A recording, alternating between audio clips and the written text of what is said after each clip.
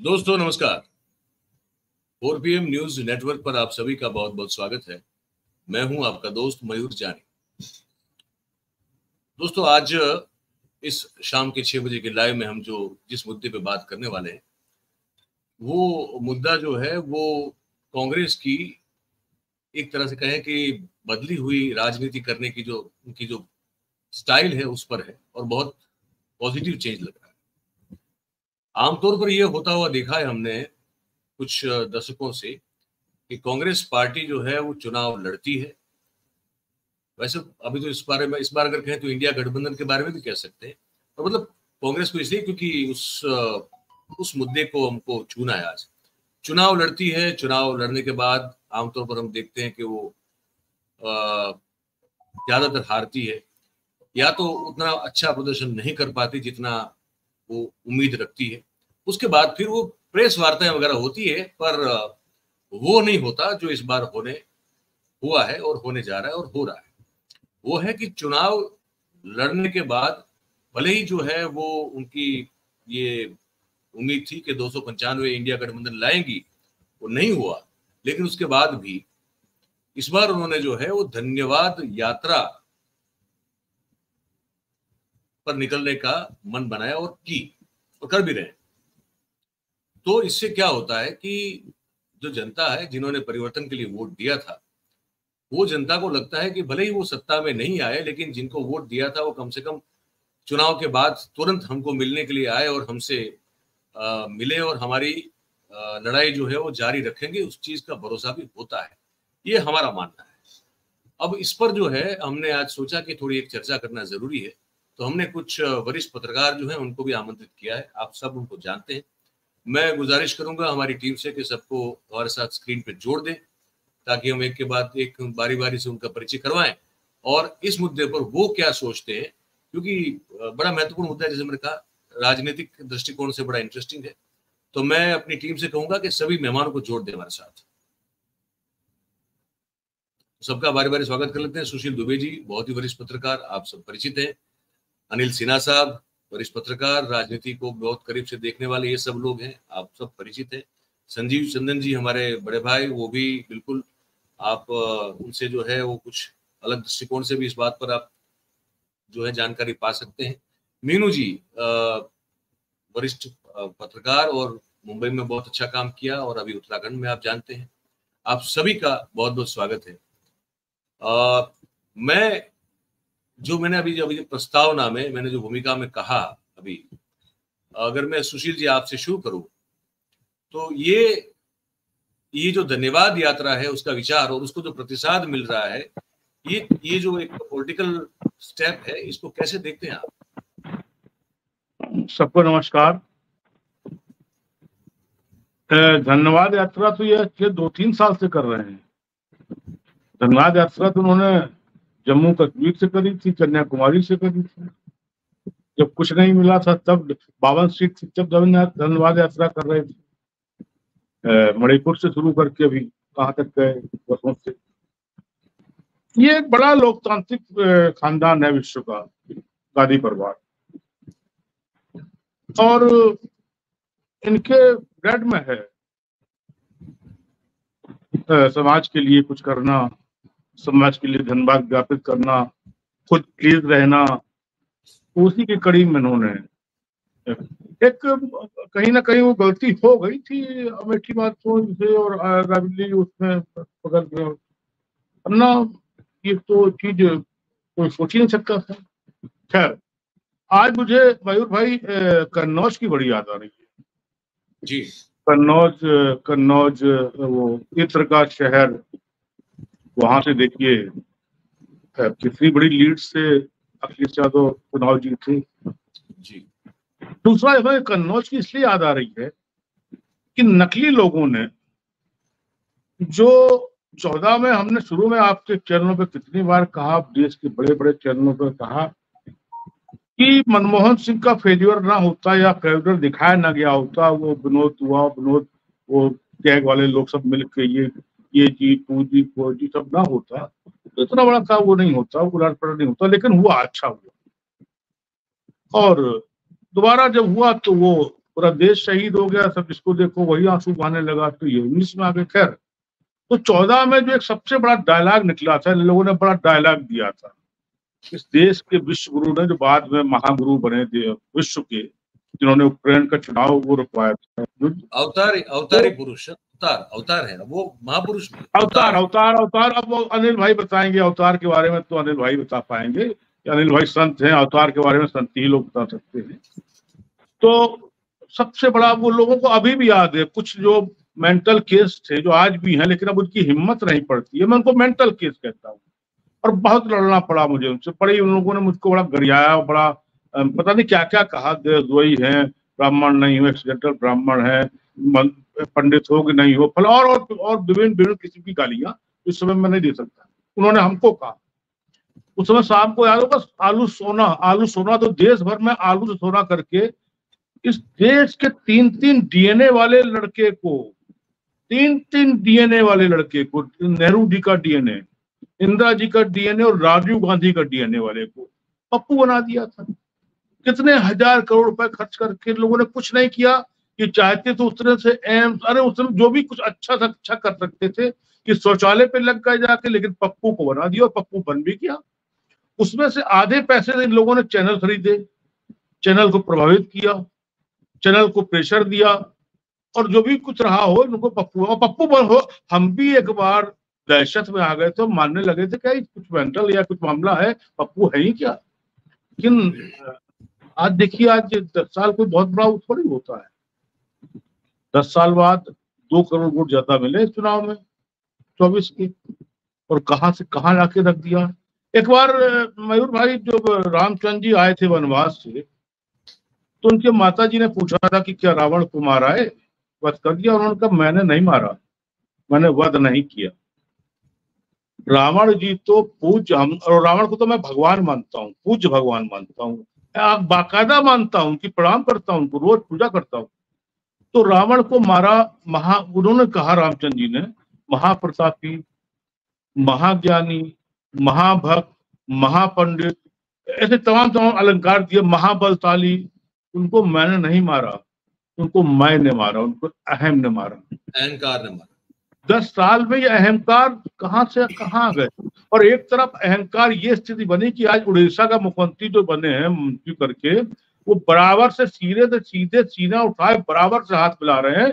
किसी मुख्यमंत्री की हैसियत होती थी कि वो महामहिम के सामने 90 इंच का कोण ना हो या चरण के नीचे ना हो, तब तक कोई हिम्मत थी किसी की। जहां पर राजनाथ जी को फोटो फ्रेम से निकाल दिया था, ये हम संदर्भ में ले आए। तो वहां जाके क्या दृश्य था। और मेरा मानना यह है, शिष्टता की राजनीति, नैतिकता की राजनीति, और राजनीति की मांग है कि धन्यवाद ज्ञापित तो होना ही नहीं चाहिए। आप चाहिए 100% चाहिए, तत्काल चाहिए, 1 साल बाद नहीं चाहिए। जैसे ही आप शपथ लेके लौटे, आपको तत्काल ज्ञापित करना चाहिए। जनता ने भगवान बना दिया, वहां पर आप जब जाओ जब जाओ अहम में रहो, लेकिन सबसे पहले अपना काम करना चाहिए कि जाके प्रणाम कर लो, जैसे भी करो, धरती छू लो। देखिए कितना बड़ा काम किया इन लोगों ने। और काम के बाद एक बड़ा डायलॉग मुझे राहुल जी का यहाँ पर इस समय, और ये बात सच है, हालांकि ऐसा नहीं अगर करते तो फिर देश में जो प्रियंका जी ने बड़ा अपना एक अच्छा प्रभाव छोड़ा है, शायद उससे वंचित रह जाते। ये बात सच है। अगर अजय राय स्थिति बना सकते हैं, मैं तो ये मान रहा था मयूर भाई कि इनको देश की सबसे 540 सीटों में से नंबर 1 पे आना चाहिए, कम से कम 10 लाख वोटों से जीतना चाहिए, कम से कम 10 लाख वोटों से। कौन जीतते, इंदौर वाले और मामा और एक और सज्जन जीतते, वो जीतते आते। 1-20 पे आके रुक जाए, 1.5 लाख, जो भी 1.5 पे कितने पे रुक गए, वो आके रुक गए। अगर सच में अगर प्रियंका लड़ जाती तो मुझे लगता है नेक टू नेक हो जाता, फिर तो 1000, 2000, 400, 500 क्या होता, तो फिर चुनाव आयोग जाने और वो जाने, लेकिन मामला तो फिर दूसरा हो जाता, फिर तो स्थिति दूसरी बन जाती जो अभी स्थिति में जो है। तो उसके बाद ये लाजमी है। और मैंने तो कुछ बात हुई कांग्रेस नेताओं से, उनको पसीना चू रहा है। अरे बोले अभी तो हटे हैं हम लोग युद्ध क्षेत्र से। अगर राहुल जी ने और प्रियंका जी ने कहीं फिर से आदेश दे दिया तो पूरे देश में धन्यवाद देव ज्ञापित करो अभियान शुरू कर दो, तो ये लोग तो इस गर्मी धूप में ये लोग तो परेशान हो जाएंगे।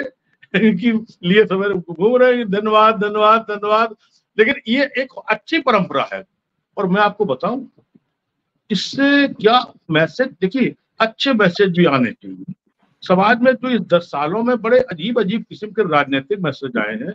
मंगलसूत्र वाले मैसेज आए, भैंस को ले जाने वाले मैसेज आए, दुकान तोड़ लेने वाले मैसेज आए, कोई मदरसे तो उतरा ही नहीं, कोई कोई कोई मस्जिद से उतरा ही नहीं, इस टाइप के मैसेज आए, तोड़ देंगे फाड़ डालेंगे इस तरह मैसेज आए। ये पीएम तक ने ये कहा कि 7 वर्षों के मेरे पास आपकी पुस्तकों के वो फाइल रखी हुई है, समझ लूंगा देख लूंगा, इस टाइप के मैसेज आए। वो तो अहम खत्म हो गया। जनता ने अगर अहम न निकाल दिया होता, अब की बार 400 पार और मोदी सरकार आऊंगा तो मोदी ना होके आऊंगा तो एनडीए ही आएगा, तो मुझे लगता है कि स्थिति अपनी दूसरी होती। लेकिन ये तो यही देश लोकतंत्र है, यही सी खूबी है। तो मुझे लगता है एक बहुत बड़ी परंपरा। और राहुल गांधी के बारे में अब मैं महसूस कर सकता हूँ, मैं नहीं अब देश महसूस कर रहा है। 1,72,00,000 रुपए 1,72,00,000 वोट मिला है इस चुनाव में, और 69 लाख वोट मिला है बीजेपी को इस चुनाव में, जो बढ़ के मिला है पिछले बार से, जो बढ़ के मिला है। आप सोचिए। और तो तमाम आंकड़े हैं ये, सबके पास बड़े सीनियर लोग बैठे, सबके पास है ये। लेकिन और सबसे बड़ी बात, मुझे बड़ी खुशी है एक बात की, मुझे व्यक्तिगत खुशी है, अब 4 PM से उसको कर रहा हूं, स्मृति ईरानी नाम की महिला, जिसने कभी ये महसूस नहीं कराया कि एक में महिला वाला जो संस्कार होता है, जो महिला वाला एक तरीका होता है, जो महिला वाली सुस्ता, स्वजनता, एक विनम्रता, एक शालीनता, एक हमेशा लगा जैसे वो लंकनी टाइप का नहीं, वो कौन सी थी वो, जो वो उस टाइप के लोगों ने कहा भी तमाम तरीके, हमेशा आंखें निकालना, हमेशा सोनिया गांधी माफी मांगो माफी, देखिए आंखें कैसे बाहर निकल आ रही थी, तो सिटिया वो हमें सीटी मारते, हाँ तो भी तमाम, कभी लगा नहीं, केवल ये लगा कि मुझे इनके चरणों प्रणाम करना और हमें रहना है। और देखिए 2 बातें बहुत गंदी हुई है इसमें। अगर एक आदमी, एक लड़का जिसका एक लड़का तो नहीं कहेंगे, एक नेता श्री अखिलेश यादव जी के पिताजी 4 बार मुख्यमंत्री रहे देश के, और देश के रक्षा मंत्री बड़े नेता रहे। उनके लड़के के लिए कहो आप शहजादा हो दीदी टाइप से। और हमने 3 DNA कहा है कि 3 DNA के प्रधानमंत्री जो कांग्रेस के अध्यक्ष रह चुके हैं, उनको शहजादा बोलो। और उधर वो महारानी बोले कि मैं पीए से क्या, वो पीए तो हार ही जाएगा, कोई पीए कहे, कोई सेवक कहे, कोई नौकर, अलग किस्म से। आप देखिए क्या जनता ने क्या है इसमें, अब ये तो कोई नहीं कह सकता जनता ने। और मुझे लगता है इस चुनाव से 10 चुनाव में, देखिए मैं बड़ा उसमें हो रहा हूँ, सब लोग जानते हैं, 10 चुनाव से हमारा धर्म बदल गया, हमारी राजनीति। हम राजनीति में अटल जी के समय पर इतना प्रणाम करते थे बीजेपी की राजनीति को कि मैं जानता हूं, लेकिन उसके बाद राजनीति बदल गई, धर्म बदल गया, सिस्टम बदल गया, चीजें बदल गई, बातें बदल गई। राजनाथ जी ऐसे शख्स को फ्रेम से निकालने की कोशिश हो गई, कई बार झटका दिया गया। तो उस समय पर ये बातें बहुत जरूरी होती हैं जो राहुल गांधी ने किया कि अमेठी और रायबरेली को जाकर धन्यवाद ज्ञापित किया, हृदय से कृतज्ञता की और सबको प्रणाम करके किया कि भाई आप मेरा परिवार है। और यही पारिवारिक चीजें होती हैं, लेकिन राजनीति में परिवार तो यही परिवार है ना, हमारे आपके बुआ फूफा चाचा ताऊ, ये तो बन के आते हैं रिश्तों में, ये लोग तो हम खुद परिवार बनाते हैं ना। इस परिवार के अगर धन्यवाद ज्ञापित किया है तो मैं इनको साधुवाद देता हूं और इस गांधी परिवार को आभार व्यक्त करता हूं। जी बिल्कुल बिल्कुल सुशील जी। अनिल जी, मैं इसको इस तरह से देख रहा था, क्योंकि ठीक है वो कन्याकुमारी, वो भारत जोड़ो यात्रा निकाली उन्होंने, या तो वो फिर आए वहां नॉर्थ से वेस्ट तक आए, वो ठीक है। ये मुझे लगता है कि इससे एक और प्रेसिडेंट भी जो है शायद शुरू करने की कोशिश की गई है, क्योंकि भारतीय जनता पार्टी में तो ऐसी होता है कि साहब जो है अवतारी पुरुष जो है वो 80 इंटरव्यू दे देते हैं, 200-300 रैलियां सभाएं कर देते हैं, जीतने के बाद कभी कोई जाता नहीं है प्रजा में, जनता में, वो तो जीतते हैं फिर भी नहीं जाते। ये तो ऑब्वियसली सत्ता में नहीं आए उसके बाद भी वो लोगों के बीच में जा रहे हैं। मुझे लगता है कि ये एक तरह से प्रेशर भी क्रिएट कर सकता है जो सत्ता में, मुश्किल से सत्ता में बैठे हुए जो लोग हैं उनके ऊपर। कैसे देखते हैं आप इस यात्रा को? मुझे लगता है कि इससे तो जनाधार शायद और उनका बड़ा होगा, मजबूत होगा, क्योंकि लोगों को लगेगा कि ये भले ही सत्ता में नहीं आए लेकिन ये अभी भी हमारे मुद्दों के लिए लड़ेंगे, ये अभी भी हमारे साथ खड़े रहेंगे। तो उनको अपना देखिए क्या वो जाया हुआ नजर नहीं आएगा कि वो जाया हो गया, ऐसा नहीं लगेगा। नहीं देखिए क्या है कि अभी एक सिचुएशन ऐसी आ गई है जिसमें कि एक रिवाइवल जो है अपोजिशन का, ग्रैंड रिवाइवल इसको आप कह सकते हैं। अपोजिशन मतलब क्या है, थोड़े से वोट से नीचे है, थोड़े से मतलब सदस्य संख्या में, तो अपोजिशन में अगर है, मतलब मैं सरकार बनाने की बात नहीं कर रहा है कि सरकार जब बना ही लेंगे तो अपोजिशन थोड़ी ही है, लेकिन जब वो सरकार से बाहर है तो बहुत ताकत के साथ है। तो ये क्वालिटेटिव जो डिफरेंस है, पिछले दिनों समय से गुणात्मक अंतर है कि पहले के मुकाबले अब विपक्ष मजबूत है, विपक्ष का अब नेता होगा, अब बिना नेता उसको वो पद मतलब एक तरह से समझे स्वीकृति नहीं थी, वो रहेगा, उसके कई अधिकार हैं, वो जो ये है मतलब संसद में भी जो सवाल उठाएगा उस पर उसको जवाब देना होगा, ये सारी बातें हैं। तो एक तो ये फर्क आ गया है। दूसरा ये है क्या कि आपने एक सिर्फ संशोधन करूंगा कि वो जाते नहीं है जनता के बीच में, ऐसा नहीं है। अवतारी पुरुष जाते हैं जनता के बीच, लेकिन उनका वो जाते हैं पीएमओ से बीजेपी हेडक्वार्टर तक, और उसमें एक झूठ जो है, जो मतलब आप बताइए कि कोई भी दुनिया का कोई भी प्रधानमंत्री या कोई भी नेता इस तरह का मिथ्या व्यवहार नहीं करेगा। जब हार गया है, जब बीजेपी को, ये तो आप खुद ही कह रहे हैं ना कि एनडीए की सरकार है, बीजेपी को बहुमत नहीं मिला, ये सच्चाई है। और मोदी को बहुमत नहीं मिला, मोदी के नेतृत्व में जो एनडीए है उसको बहुमत मिला। अब उसमें आप विजय रैली कर रहे हैं अपने ये में जाकर के, ये मिथ्या व्यवहार उन्होंने पहले भी किया था। पहले किया था कब? गोवा में इलेक्शन हार गए थे, शाम तक वेट किया, मुझको लग रहा था कि अब नहीं जाएंगे ये, और वहां पर सेकंड नंबर की पार्टी थी। आप जान लीजिए गोवा में सेकंड नंबर की पार्टी थी, लेकिन आके विजय रैली कर दिया, क्योंकि वहां ऑपरेशन लोटस हो गया था कि कैसे होना है, सरकार तो हमारी बनेगी। तो ये है अंतर। दूसरा अंतर ये है कि सरकार में रहने बनाने के लिए जो प्रयास है वो तो उसमें भी आपने अंतर देख लिया, बहुत का फासला नहीं था। जो पार्टियां इनके साथ गई वो इनके साथ रह चुकी थी, टीडीपी भी कांग्रेस के साथ और इंडिया गठबंधन के जो बाकी घटक हैं उनके साथ रह चुकी है, और जनता दल भी रह चुका है। लेकिन इन्होंने ऐसा कोई प्रयास नहीं किया कि हमको सरकार बना लेनी है, क्योंकि हमको नहीं मिला है। इनके ये मत विभाजन था यहाँ, लेकिन नहीं था।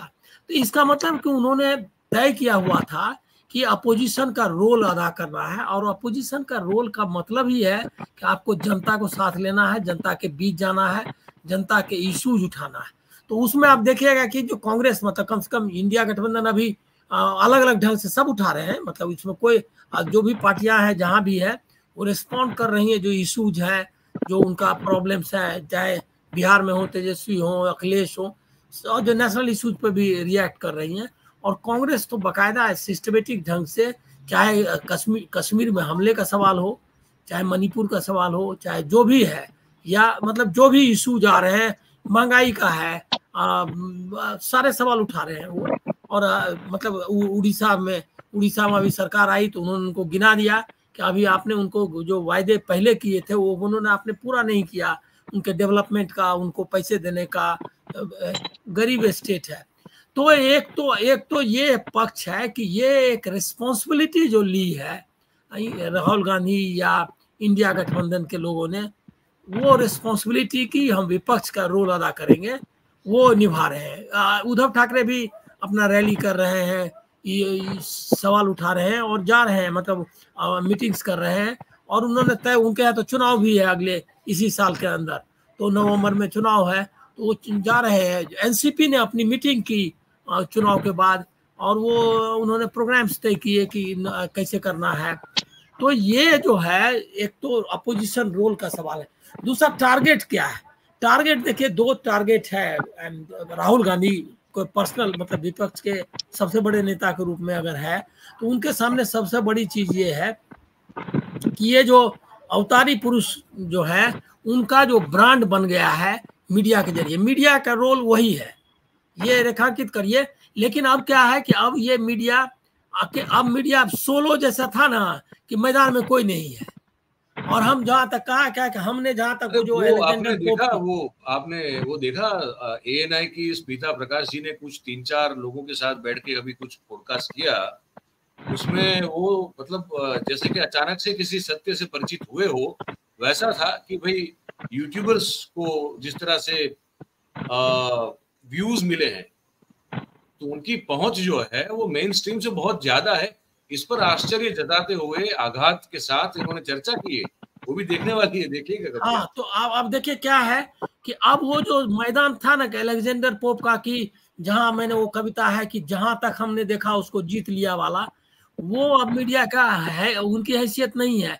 और देखिए क्या है, लगता है मतलब वो लोग ब्रेव फेस जिसको आप बोलते हैं कि अपने को दिखाने की कोशिश कर रहे हैं कि हम पर कोई असर नहीं हुआ, लेकिन आप उनका बॉडी लैंग्वेज से देख सकते हैं। हम लोग भी तो पत्रकार ही हैं, इतने साल तक तो कोई घास नहीं छीलते रहे हैं, तो हमको तो पता है कि आप जो बोलते हैं और आप जो व्यवहार करते हैं उसमें आपका जो आपके मतलब जो हृदय की मतलब आपका जो ताकत है जो वो उसका दिखाई देता है। तो वो जो है जो रिजल्ट आया है और लोगों ने जिस तरह से उसको जो जो रिजल्ट के नहीं, उनके सामने तो टेबल पर मैं तो रह चुका हूँ, ये में भी क्या कहते हैं टेलीविजन में भी काम कर चुका हूँ, बहुत कम हिस्सा तक मैं रहा वहाँ, बाद में फिर प्रिंट में लौट आया, लेकिन वो मैं देख चुका हूँ। वो तो पूरी लिस्ट आती है, जो रोज की मीटिंग होती है तो जो चैनल हेड्स हैं उनके पास पूरी लिस्ट आती है कि आज आपको कितने लोगों ने देखा, और आप जो और आप माने या जो आपने जैसे इंटरैक्शन का था, कॉलर्स का हम लोग करते थे प्रोग्राम, कॉलर्स का प्रोग्राम चलवाते थे, तो वो प्रोग्राम्स में कितने लोगों ने कॉल किया और वो उसका मतलब क्या, वो सारा डिटेल्स मॉर्निंग में जो है टेबल पर आ जाता है, हम लोगों के टेबल पर आ जाता था कि जो है ये है। तो वो जो है उनको वो डिटेल्स भी पता है, वो जितना आपको पता नहीं है या जो यूट्यूब की बात कही गई उससे भी ज्यादा डिटेल्स में मतलब वो एनालिसिस आ गया होगा। तो ये है कि विपक्ष के सामने और मीडिया जो सोशल मीडिया है, विपक्ष का मीडिया, अब उसको अलग अलग आप मत देखिए। मैं पहले से ही कहता रहा हूं कि हम जो है विपक्ष की आवाज है और विपक्ष में है, हमको कोई न्यूट्रलिटी वगैरह वाला नाटक करने का और बैलेंसिंग एक्ट ये सब करने की कोशिश अब भी नहीं करनी चाहिए। और चुनाव के दौरान तो बहुत कम लोगों ने की, इन कुछ लोग अभी भी करना चालू हुआ है, जैसे आरएसएस वगैरह की जो नैरेटिव चल रही है वो नहीं करनी चाहिए। तो विपक्ष के सामने मुद्दा राहुल गांधी के सामने जो एज ए टॉप मतलब सबसे बड़े नेता के रूप में वो ये है कि उनकी जो वो लगातार बोल रहे हैं, दोनों जगह उन्होंने कहा कि वो हारते हारते बचे। ये है कि जो मोदी की जो मतलब लार्जर देन लाइफ इमेज जो है उस इमेज को छोटा करना है, और उसको जो ये ब्रांड को उसको काफी तोड़ दिया है उन्होंने, उस ब्रांड को वो बता रहे हैं कि किस तरह से आप व्यवहार कर रहे हैं, जो लेता नहीं था प्रेस कॉन्फ्रेंस वो किस तरह से मिल रहा था चुनाव में, तो वो एक ब्रांड को खत्म करना है। दूसरा कि पब्लिक को अवेयर करना है उन इशूज के बारे में, जो इशूज को लेकर के ये सरकार को चुनौती देनी है वो है। और मेरा अंदाजा है कि ये बात इतनी तो आप अभी मतलब ये बात ज्यादा लग सकती है लोगों को, लेकिन मैं आपको कहूंगा कि जितनी कठिनाई में है भारत की जनता, जिस तरह का इकोनॉमी चल रही है या जिस तरह का सिचुएशन पैदा हुआ है, कई सेक्शंस जिस तरह से दबाए गए हैं और आगे भी दबाए जाएंगे, तो एक बड़ा रिजेंटमेंट, एक बड़ा मूवमेंट जो है साल भर के अंदर हो सकता है।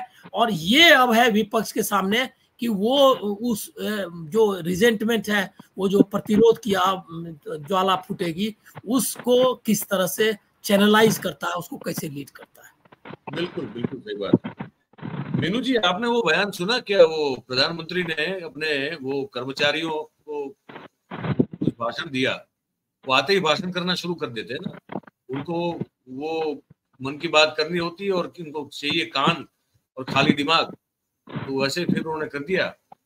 उसमें एक बड़ी बड़ी महत्वपूर्ण बात की, आप सबने सुनी होगी, उन्होंने कहा कि आज से 10 साल पहले प्रधानमंत्री कार्यालय जो था वो एक सेंटर था पावर का, और मतलब उनका कहने का मतलब ये था कि ये पावर सेंटर था और यहीं से सब चीजें जो है वो की जाती थी। लेकिन अब 10 साल से वो कैटलिस्ट बन गया है प्रधानमंत्री कार्यालय, और एक ऊर्जा जो है उसका वो प्रसार प्रचार करता है हर जगह पे, और कोई भी जो है वो प्रधानमंत्री कार्यालय में आ सकता है, जा सकता है। तो हमने तो बतौर पॉलिटिकल एडिटर गए थे भास्कर के प्रधानमंत्री कार्यालय में जब 2018 में।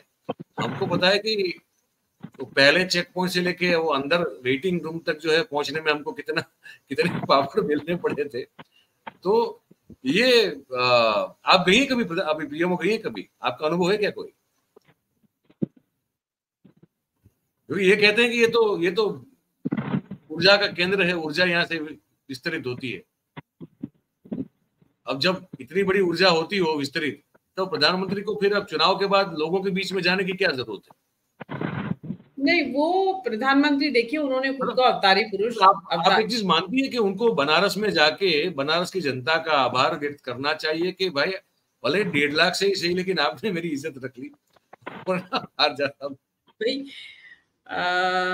मयूर जी, जब बनारस की जनता के बारे में तो एक वीडियो कल वायरल था ट्विटर के ऊपर, अभी भी होगा, उसमें वो बता रहे हैं कि मोदी जी शुरुआती चरणों में 6000 वोट से पिछड़ रहे थे और बाद में उसको स्लो कराया गया काउंटिंग को, और हमको मालूम है हमने कैसे जिताया है। तो किसका धन्यवाद ज्ञापित करने जाए, वहां कौन आएगी जनता? क्योंकि बनारस ने जो मिजाज, अपना असली मिजाज इस बार दिखा दिया है, तो पता चला वहां कोई आया ही नहीं, मैदान ही खाली है। तो मोदी जी तो बिल्कुल जाने वाले तो नहीं है। हाँ, किसी दिन चले जाएंगे रात को गंगा आरती और गंगा का धन्यवाद अदा करने, क्योंकि वैसे तो वो अवतारी पुरुष हैं।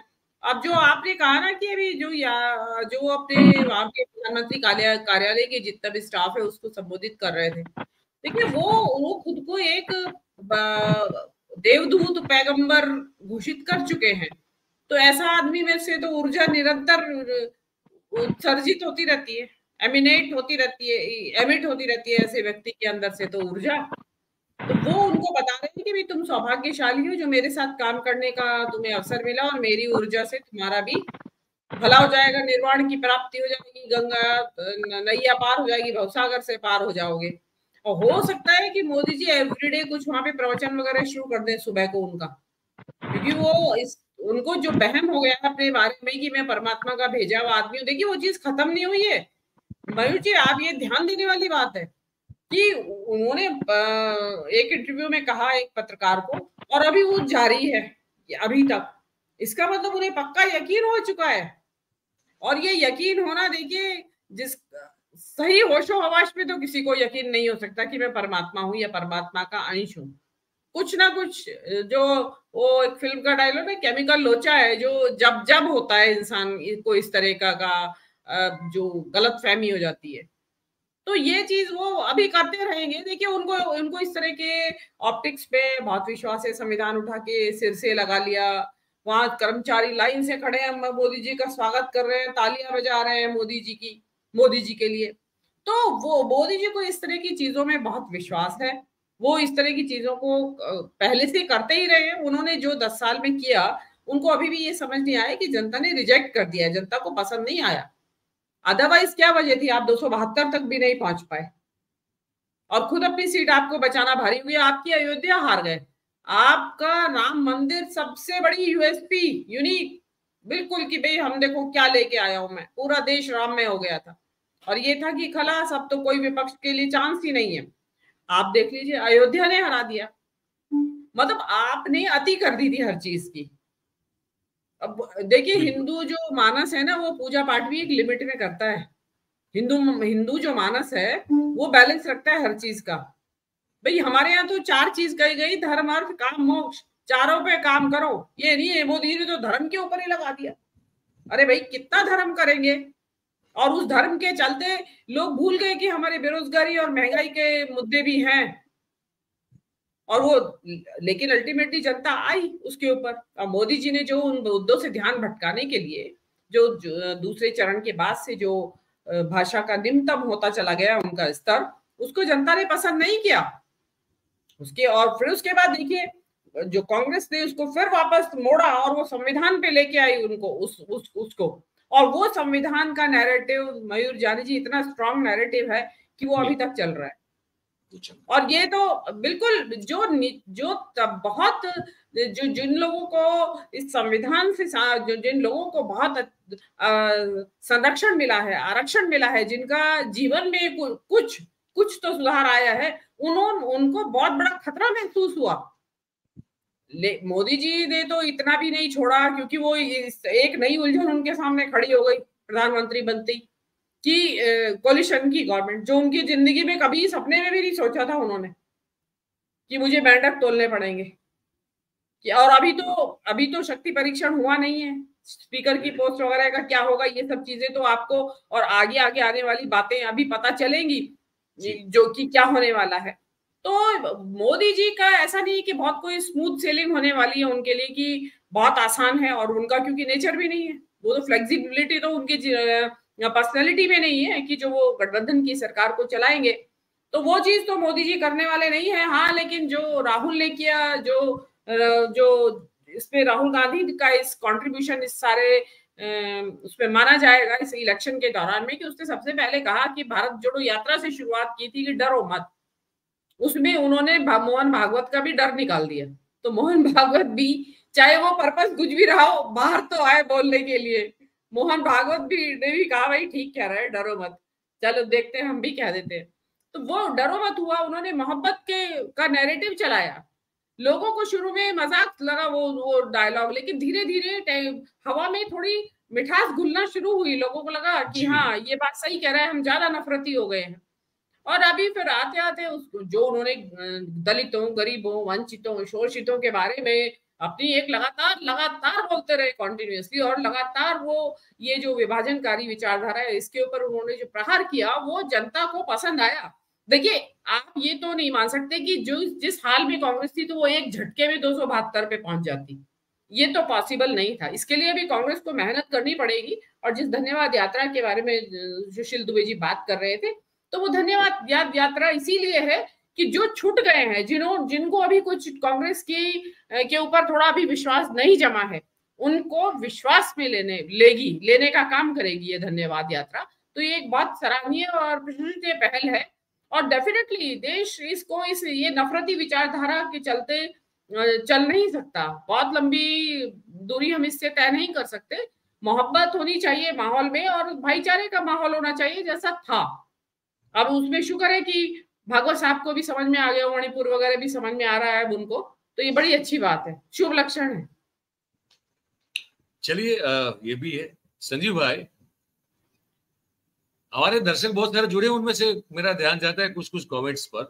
तो कुछ लोगों ने अच्छा लिखा है कि जिन धन्ना सेठों की बात करते थे कि भाई ये तो टेम्पो भर के बोरिया में पैसा भर के गए थे अदानी और अंबानी, वो क्या कर रहे थे शपथ ग्रहण में। फिर कुछ दर्शक हैं, अच्छे हैं, जागरूक हैं, वो मतलब सवाल भी अच्छे, मुद्दे भी अच्छे उठाते। और फिर वो प्रियंका वाला जो बयान है राहुल गांधी का कि मेरी बहन ने अगर लड़ ली होती तो 3 लाख वोट से कम जीतती। तो ये सब सवाल तो खड़े ही हैं मोदी साहब के। और एक चीज और संजीव भाई, वो जो कर्मचारियों को संबोधन कर रहे थे नरेंद्र भाई, तो उसमें एक अंश जो था वो ये भी था कि अब आगे जो करना है ना, वो वहां पहुंचना है जहां कोई है ही नहीं। इसको सुन के बड़ा डर लगा मुझे कि आगे उन्होंने कर्मचारियों को कहा कि ग्लोबल बेंचमार्क के साथ स्थापित करना है कि वहां पहुंचना है जहां आज तक कोई गया ही नहीं और कोई जा भी नहीं पाएगा। ये कौन सी जगह हो सकती है, ये जरा बता दें। लेकिन नेहरू का उनका टारगेट था, और तीसरी बार के दावे के साथ वो खुद को नेहरू के तौर पे पेश करने की कोशिश कर सकते हैं और मुगालता भी पाल सकते हैं। लेकिन जनता का जो मैंडेट है उसने भारत के डेमोक्रेसी के लिए एक बेहतर संदेश दिया है।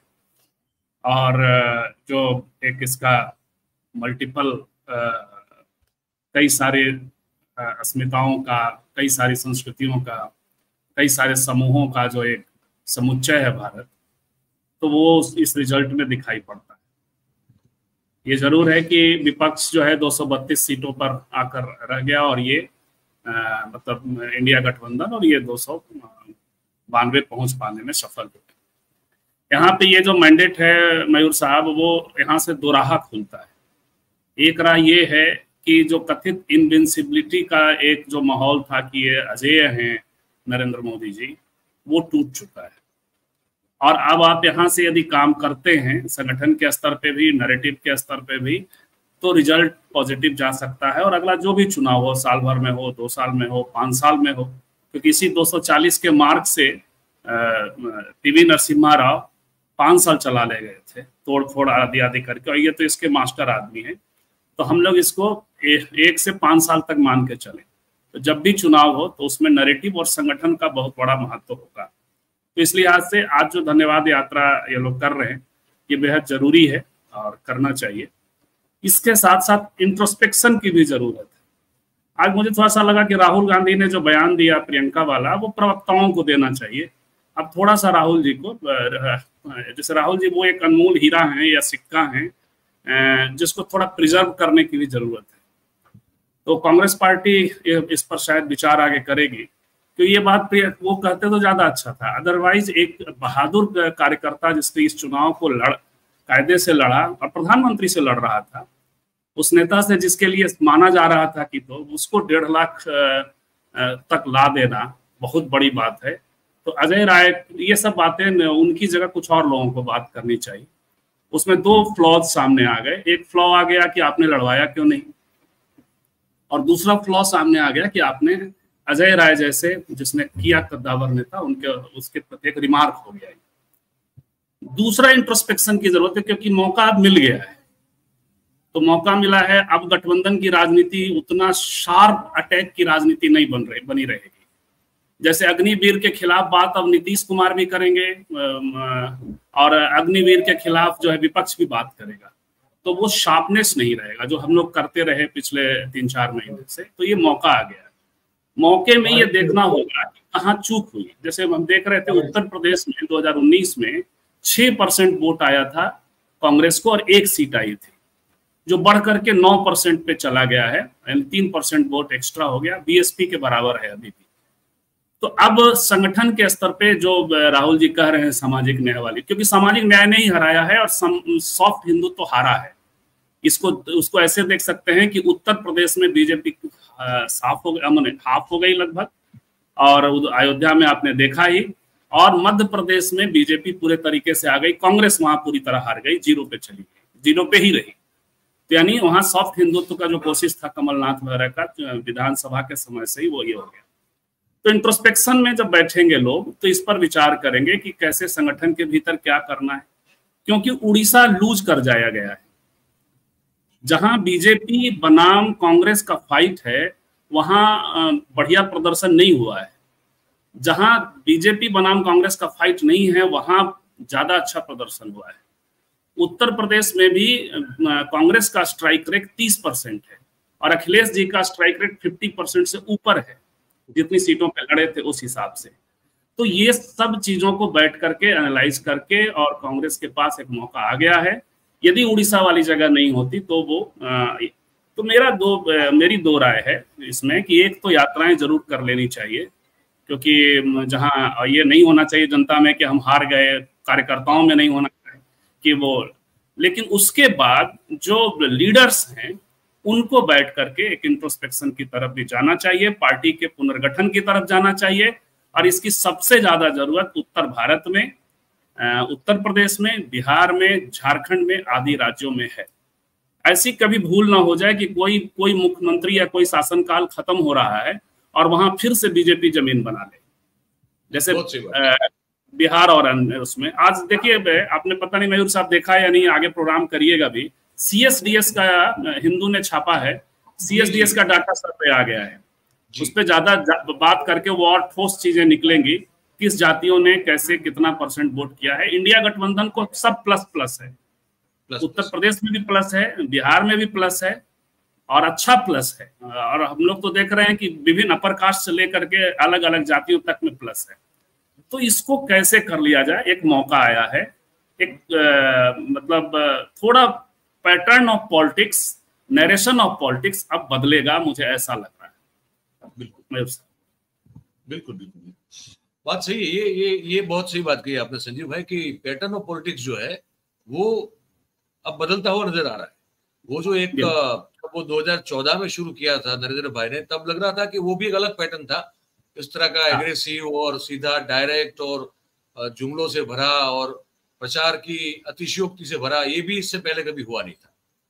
तो वो भी एक अपने आप में अलग सा एक पैटर्न था। और अब तभी तो वो कह रहे हैं कि अब जो है वो जो जनता ने उनको बाध्य किया है कोalition गवर्नमेंट चलाने के लिए, नरेंद्र मोदी को एकदम से ऐसे लचीला किस्म से वो जो जिस तरह से भाषा, बात, भंगिमा, ये सब कुछ चीजें बदली हैं, तो वो अब ये सब डिपेंड करेगा टीडीपी पे और नीतीश जी पे। ये मंत्रिमंडल गठबंधन, ये सॉरी बंटवारे में, पोर्टफोलियो वाले में इन लोगों ने वो नहीं किया, लेकिन ये करेंगे तो अदरवाइज नरेंद्र मोदी को फिर 6 महीने के भीतर मौका दे दिए, ये नरसिम्हा राव बन गए यदि, और ये नरसिम्हा राव से ज्यादा तेजी से बनेंगे ये। और अभी इंतजार है लोकसभा का, क्या अध्यक्ष किसको देते हैं, तो फिर वो वही होंगे।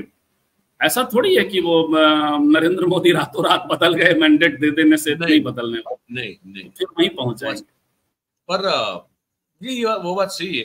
तो मैं नीतीश जी को, मतलब मैं तो, हम लोग तो यहाँ स्क्रीन पे ही देखते हैं, यूट्यूब में देखते हैं, ट्विटर पे देखते हैं उनके, हम आप तो वहां हैं, ये कुछ उनके जो बॉडी लैंग्वेज या तो उनके जो बॉडी जेस्चर्स हैं, विशेष रूप से उनका एक जो कुछ मुंह का कुछ अलग से जो वो कहीं कोई मतलब है, कोई उनको कोई फिजिकल इश्यू है क्या, कोई मतलब लगता है वो नॉर्मल लग रहे हैं कुछ उनके जो भाव भंगिमा है उनसे कि सर फिजिकल इशू का डाउट तो हम सबको होता है। अब देखिए मुख्यमंत्री का हेल्थ का मामला है और उसमें कहीं भी बुलेटिन वगैरह जारी नहीं हो रहा है, लेकिन मैं दिल्ली छोड़ करके यहाँ आया था, 2022 की बात है, तब बीजेपी के अध्यक्ष होते थे संजय जायसवाल, जिनको मंत्री नहीं बनाया गया है। बनिया समाज के लोग कह रहे हैं कि भाई बनियों को क्यों ऐसा कर दे रहे हैं आप, बनिया तो आपको दिल से वोट कर रहे हैं, फिर भी कर रहे हैं, इस बार भी कर दिया है बहुत हद तक। तो खैर, तो संजय जायसवाल डॉक्टर भी हैं, तो उनके पास अचानक मैं किसी कारण से बैठा था, कई बीजेपी के विधायक थे, तो पहली बार मैंने सुना कि नीतीश कुमार की तबीयत खराब और नीतीश कुमार भूलने लगे हैं, नीतीश कुमार, फिर कई सारे वीडियो आने लगे। फिर मैं जहां पटना में जाऊं, पटना अभी भी मेरे लिए बहुत अजनबी है जबकि मेरे राज्य का अपना ये है, जहां भी बैठूं वहां कर्मचारी वगैरह भी, अधिकारी वगैरह भी यही बात करते थे, और तब वो आरजेडी के साथ थे। तो ये नैरेटिव फैलाया बीजेपी ने, ओपनली भी ये कहते थे कि ये कुछ तो दे रहा है आरजेडी, उनको कुछ खिला रहा है, उनके खाने में खिला रहा है, कुछ ये कर रहा है। अब वो सब पलट गया है और अब सच में लगता है जिस तरह से उनका ये वाला मतलब मुंह को ये करने का, पेट को ये करने का, भाषा पे अनियंत्रित हो जाने का, ये सब जो दिखाई पड़ रहा है। पैर छूने लगे उस दिन, वो क्या मजाक था कि वो पैर छूने का क्या था, वो हम सब अभी तक जो है, तो उनके सब पुराने दोस्त वगैरह सब लोग ये कहते हैं कि एक पैर छूने का एलिमेंट उनमें है और ये एलिमेंट बहुत पहले है, तो बीमारी यदि सच में आई है तो बढ़ जाती है। जैसे एक भावुकता वाला जो एलिमेंट होता है, जैसे, और खास करके जिसको लगता है कि हमने इनको डैमेज कर दिया था या डैमेज किया है या इनके खिलाफ कभी कुछ बोला है, तो वहाँ वो ये जेस्चर लेते हैं। ये सामान्य कॉलेज डेज से भी एक संजोग से हमारे एक बहुत प्रिय व्यक्ति हैं जो उनके समता पार्टी के दौरान से उनके साथ रहे हैं, कई विधायक भी थे, तो उनके बहुत निजी चीजें भी बताते हैं। तो ये वाला जो है वो एक एलिमेंट है और वो डेवलप हुआ है। ये दुखद है राज्य के लिए, और राज्य को ऐसे मुख्यमंत्री के तौर पे देखिए, इन्होंने, नरेंद्र मोदी ने ही उनके लिए नैरेटिव चलाया उड़ीसा में, नवीन पटनायक के लिए, इनको पार्किंसन है और हाथ वाला मामला है, तो पता नहीं यहाँ क्या है। यहाँ चूंकि सुविधा का मामला है, नीतीश जी अभी हैं, तो यह, लेकिन नीतीश जी जब डिमेंशिया होता है सर, तो अंतिम तौर पे तुरंत आदमी खत्म नहीं होता है। तो यदि डिमेंशिया ही है उनको, तो निर्णय अभी वो ले रहे हैं। उनका निर्णय मुझे अभी ये लगता है कि विधानसभा चुनाव जल्दी करवाने का एक है। हालांकि वोट परसेंटेज जिस तरह से डाउन हुआ है उनका CSDS के उसमें, तो थोड़ा सा सचेत होकर काम करेंगे।